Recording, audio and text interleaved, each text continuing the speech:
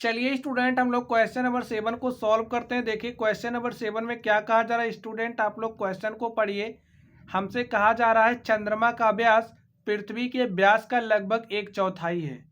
चंद्रमा का जो व्यास है पृथ्वी के व्यास का क्या है, 1/4 है। चलिए हम लोग मान लेते हैं, माना पृथ्वी का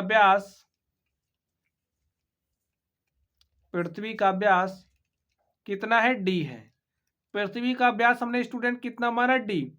तो पृथ्वी की त्रिज्या क्या हो जाएगी, पृथ्वी की त्रिज्या। तो स्टूडेंट हमारी जो त्रिज्या है वो क्या होती है, त्रिज्या व्यास की आधी होती है। तो यहां पर त्रिज्या हमारी r1 कितनी हो गई, d/2। अब देखिए हमसे कहा जा रहा है चंद्रमा का व्यास पृथ्वी के व्यास का लगभग 1/4 है। तो चलिए हम लोग देखते हैं चंद्रमा का व्यास कितना हो जाएगा। लिखिए चंद्रमा का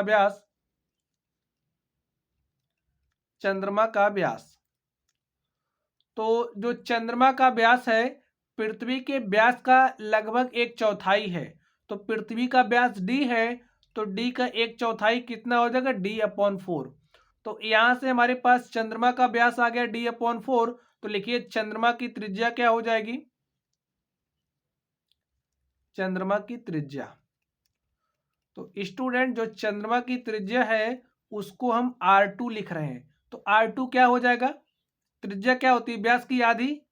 तो इसका जो व्यास है आप उसको कैपिटल D1 मान लीजिए और इसके व्यास को आप D2 ले लीजिए। तो त्रिज्या क्या हो जाएगी, व्यास की आधी, D2/2 हो जाएगा। और D2 का वैल्यू कितना है, देखिए d/4 है। तो यहाँ पर आप लिखिए d/4 और यहाँ पर क्या हो जाएगा 2, और हमारे पास क्या आ जाएगा d/8। आप लोग समझिए, अगर हमारे पास कुछ इस तरीके से लिखा है तो इसमें ये जो बटा होता है वो मल्टीप्लाई के साथ चला जाता है ऊपर और ए चला आता है नीचे। तो हमारे पास कुछ इस तरीके से हो जाएगा। देखिए 1/3 इस 2 से यहाँ पर मल्टीप्लाई हो जाएगा और इस 2 से यहाँ पर मल्टीप्लाई हो जाता है।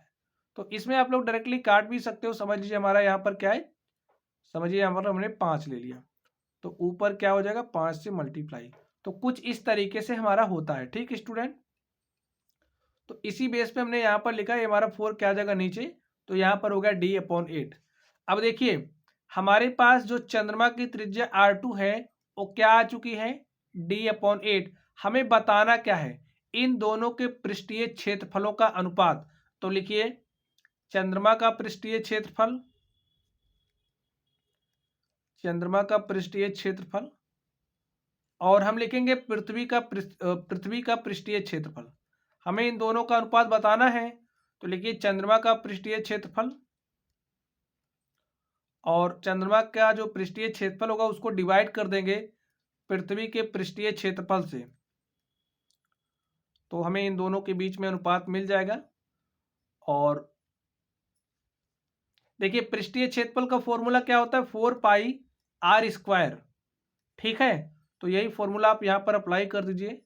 4π, चंद्रमा की त्रिज्या क्या है, r2 है, तो यहाँ पर हम लिखेंगे r2 का स्क्वायर अपॉन में देखिए 4π, पृथ्वी की जो त्रिज्या है उसको हमने r1 लिया है, तो यहाँ पर हम लिखेंगे 4πr1²। देखिए यहाँ पर 4π से 4π कैंसिल हो जाएगा और आगे देखिए हमारे पास बचा क्या है, r2² अपॉन में r1²। तो स्टूडेंट आप लोग वैल्यूज रख दीजिए। r2 देखिए हमारा कितना है, r2 d/8 है, तो d/8 का स्क्वायर कर देंगे कितना हो जाएगा, d², और 8 का स्क्वायर करेंगे तो हो जाएगा 64। और यहाँ पर देखिए क्या हो जाएगा, अपॉन में r1 का स्क्वायर, r1 हमारा कितना है d/2, तो इसका स्क्वायर करेंगे हो जाएगा d², अपॉन में 2 का स्क्वायर करेंगे क्या हो जाएगा 4। अब आप लोग ध्यान से देखिए यहाँ पर होगा d² और ये 4 हमारा ऊपर चला जाएगा, यहाँ पर मल्टीप्लाई के साथ हो जाएगा, और यहाँ पर होगा d² और ये जो 64 है वो नीचे चला आएगा यहाँ पर कुछ इस तरीके से। देखिए d² से d² कैंसिल हो जाएगा, 4 1 4 भाग दे देंगे तो यहाँ पर कितना आ जाएगा 16। अब आप लोग देख सकते हैं चंद्रमा का पृष्ठीय क्षेत्रफल और जो पृथ्वी का पृष्ठीय क्षेत्रफल लिखिए, चंद्रमा का पृष्ठीय क्षेत्रफल और जो पृथ्वी का पृष्ठीय क्षेत्रफल है दोनों के बीच में अनुपात क्या आ चुका है? पृथ्वी का पृष्ठीय क्षेत्रफल और स्टूडेंट दोनों के बीच में अनुपात देखिए क्या आ चुका है? 1:16 का अनुपात है। चंद्रमा का पृष्ठीय क्षेत्रफल, पृथ्वी का पृष्ठीय क्षेत्रफल, दोनों के जो क्षेत्रफल हैं इनके बीच में अनुपात कितना है? 1:16 का। तो माय डियर स्टूडेंट, यही हमारा क्या हो गया?